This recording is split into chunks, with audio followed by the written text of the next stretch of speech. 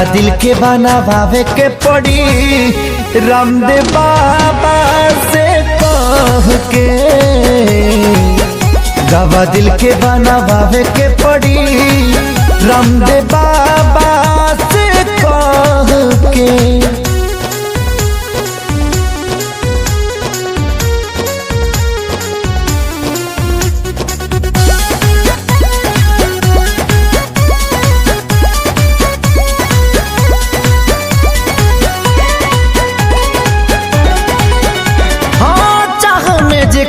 तबाह भइल जिंदगी जिए मरे से बेपरवाह भइल जिंदगी।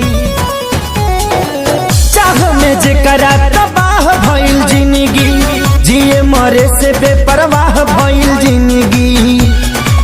जेकरा खातिर सब कुछ कइनी ओकर नजर में बाबुर भइनी। दिल के गिरल दीवार हमारे ढाह के हो गिरल ढाह के। दवा दिल के बनावे के पड़ी रामदेव बाबा से कह के। दवा दिल के बनावे के पड़ी रामदेव बाबा से कह के।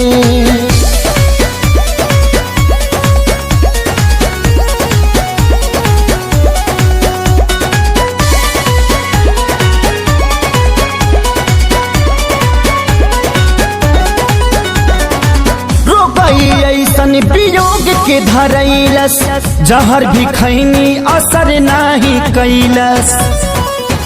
हार गई ऐसन वियोग के धरैलस जहर भी खैनी असर नाही कैलस। मर चाहे मर ना पाई जिए देवे ना जुदाई। याद हलचल आवेला रही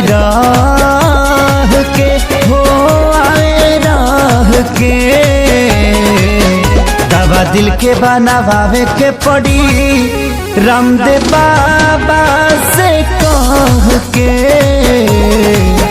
दवा दिल के बनावे के पड़ी